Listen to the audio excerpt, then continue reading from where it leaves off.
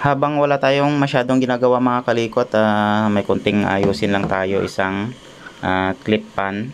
So ang problema nito, hindi siya nagpa-power. Ayan. So check natin mamaya. Bago natin umpisahan mga kalikot, shoutout muna natin yung mga nag-subscribe at saka sa mga nag-follow na rin sa ating Facebook page.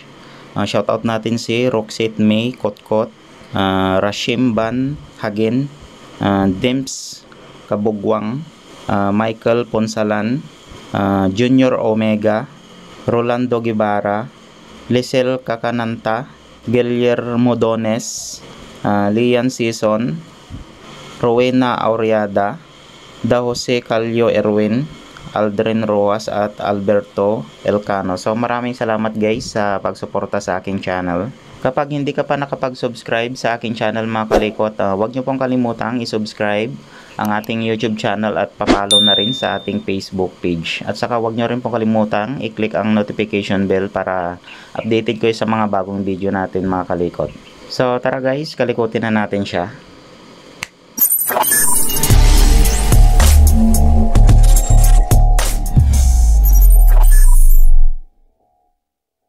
Kapag may mga switch yung ating clip pan, dito kaagad tayo magte-test. Wag muna tayo magbungkal dito sa kanyang mismong motor or dito sa mismong clip pan. So ito yung unang ititest natin mga kalikot. Kasi baka dito lang yung problema niya. Kasi nga maninipis yung mga wire, tapos madaling masira yung ganitong switch. So ito muna yung i-check natin. So wala siyang screw kaya inaangat na lang. Ngayon titesterin natin yung kanyang switch, tapos check rin natin kung putol yung mga wire. Mukhang okay yung kanyang switch yan. So may reading sa ating tester. Off natin, on natin siya. Okay yung kanyang switch. Ayan. Habang nakabukas pa yung ating switch, i-check natin yung isang line na to mga kalikot. Yan, habang nakabukas pa siya. So hanapin lang natin kung saan dito sa plug nya. Ayun. So nag-reading naman. So ibig sabihin hindi putol yung ating isang linya. So ibig sabihin okay yung ating switch at saka yung isang line nya na papunta dito sa kanyang plug. Balik muna natin. Dito ulit tayo mag troubleshoot dito mismo sa motor nya. Tapos testerin rin natin mamaya yung mga wire nya. Diyan lang din naman kalimitan na nasisira yung mga wire, lalo na itong maninipis na wire. Itong video na to guys, pangdagdag natin sa video natin. Wala pa tayong mai-vlog kasi inaantay pa natin yung mga parts ng ibang unit na ginagawa natin. So ito lang muna pangdagdag sa ating video. So baklasin natin guys yung kanyang motor. Tapos check rin natin yung mga wire nya. Baka kasi putol siya. Yan, tanggalin natin yung banda dito sa likod. Yan. Tapos may mga screw din siya dito. Tanggalin muna natin yung mga blade nya para makaporma tayo guys. So hinihila lang to. Yan. Ihira pa.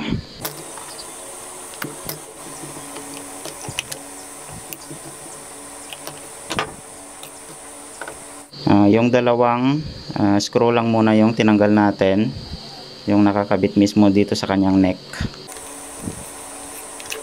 Malay nyo ganito rin yung problema ng clip pan nyo. Ayan, hilain lang natin siya. Tanggalin muna natin yung screw dito kasi yung wire nya mga kalikot, ayan, tumagos dito, paikot siya papunta dito sa kanyang motor.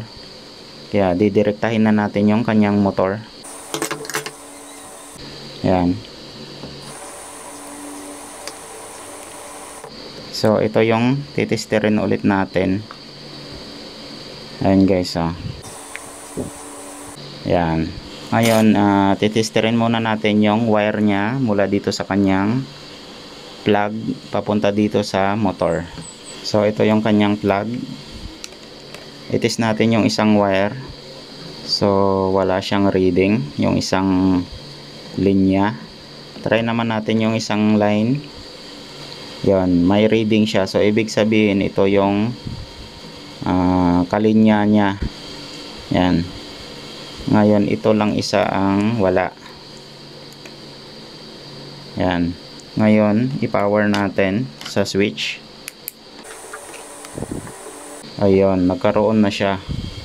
So ibig sabihin buo yung ating wire at saka yung kanyang switch. Kasi gumana na lahat oh. Yan. So next step natin, syempre dito na sa kanyang motor. Kasi okay na yung mga wire niya at saka yung switch. Check natin, baka open na siya. Ayan guys, wala tayong nare-reading. Mukhang may putol nga itong kanyang winding. Yan. So wala. So may problema sa kanyang motor. Baklasin natin. Pagtiyagaan natin kalikutin guys. Wala tayong magawa eh.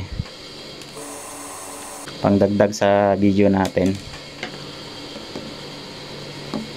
Paano na to tanggalin?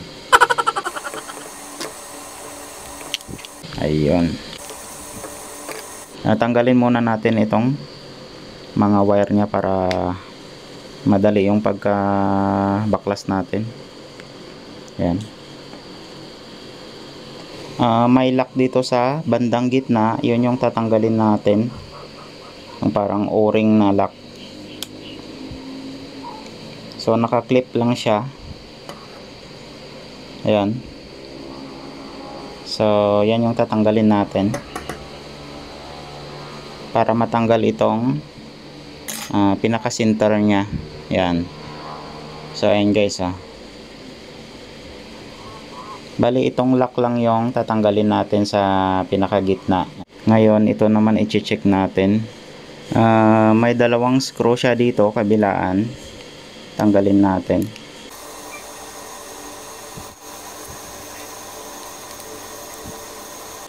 First time natin magbaklas ng ganito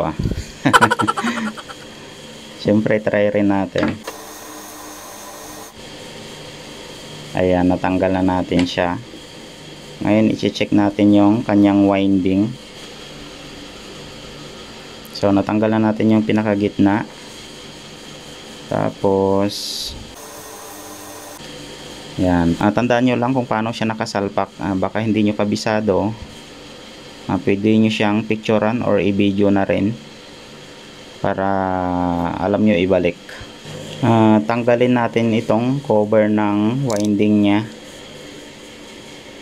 Baka may fuse sa loob, pero pag sunog na talaga siya, wala na tayong magagawa. Pero dandanin lang natin guys, baka mapigtas natin yung magnetic wire nya, yung pinaka winding. Hirap naman na ito. A few moments later. Nabuksan na natin yung first layer ng kanyang cover. So ito yung ititis na lang natin para hindi na natin baklasin lahat yung buong cover nya. Yung dito sa pinaghinangan ng mismong winding nya. Ayan, natanggal na pala siya buo. Tinanggal na lang natin. Bali, check na lang natin kung saan yung naputol. Ayan, confirm nga, putol nga itong isang line nya. Ayan okay, sana kung dito yung naputol, yung sa outer nya, outer winding nya. Kaso nga lang yung naputol yung pinaka inner winding nya doon sa loob. Mukhang mahirapan tayo dito. Alang naman na babaklasin natin yung buong winding, di ba? Dito siya naputol yung inner. Ito kasi yung outer nya mas madali lang siya kasi nasa labas. Yung nandun sa loob ang problema kasi ito yung naputol. So check ko muna siya guys kung magawan pa natin siya ng paraan. May nasilip tayo guys na hibla. Check natin kung yun yung kadugtong nya. So gagamit tayo ng magnifying kasi medyo malabo na ang ating mata. So try lang natin siya kung kaya pa natin siyang may dugtong yung naputol. May nakita kasi tayong hibla na naputol. Ayan hindi lang natin sure kung yun niya yung kaputol niya. So check ko muna siya mga kalikot. A few moments later. Swerte natin mga kalikot, nadukot natin yung ayan yung kaputol niya. Yan. Kaso hanggang dyan na lang siya. Kasi yun yung pinaka inner na winding niya mga kalikot. Kaya syempre yung winding nun nasa loob. Hindi katulad dito sa outer kwan niya winding. Mas madali sana kung dito naputol. Buti nadukot pa natin yung kaputol niya. So idugtong ko muna siya mga kalikot. Tapos testerin natin. Napagdugtong na natin siya mga kalikot. Testerin natin. Ayun guys So may reading na siya sa ating tester. Ayan, buti na pagdugtong pa natin or nahanap natin yung kaputol niya. Ayan. So okay na yung kanyang winding. Bali assemble na natin ulit. Tapos ibalik natin guys yung kanyang cover. Ayan.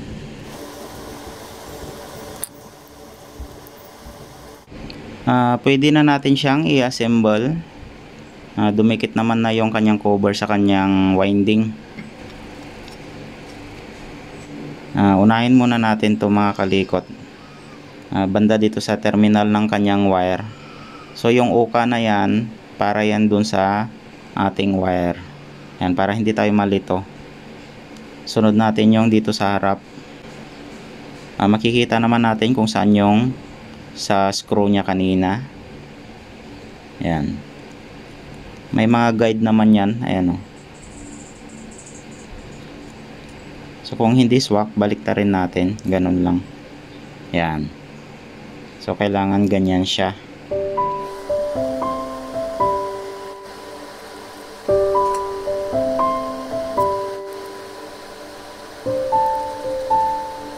Tapos lagyan natin konti ng langis or oil.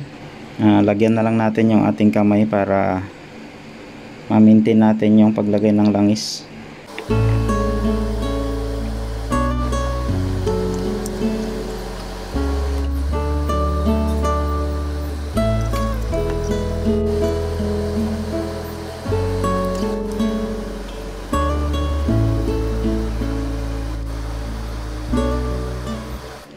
Lagay pa pala natin tong lock nya dito sa pinakagitna. Nakalimutan natin. Tanggalin muna natin.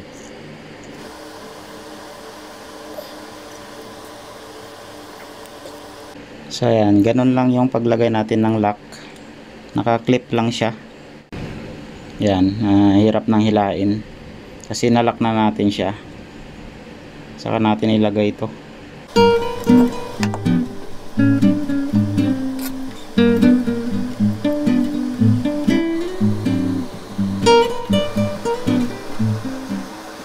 Tapos kuburan rin natin siya ng syringe tube para hindi mag-short sa kanyang body or sa kanyang motor.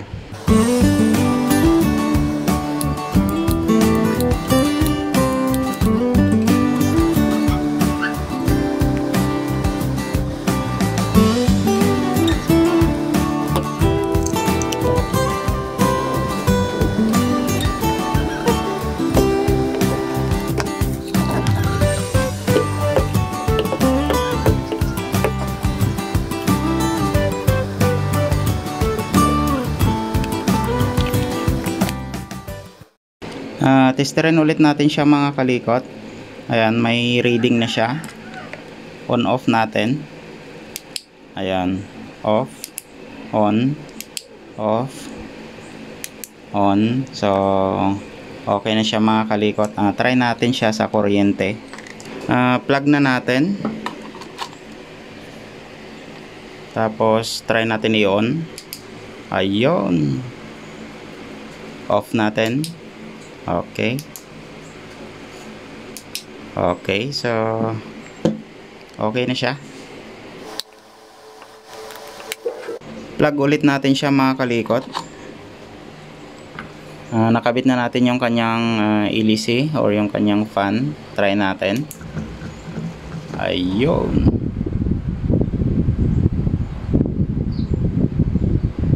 Off natin siya. So okay na siya mga kalikot. So yun lang yung mga ginawa natin guys. Dinugtong lang natin yung naputol na magnetic wire sa kanyang motor. Parang ang simpleng tingnan pero ang hirap rin palang gawin mga kalikot.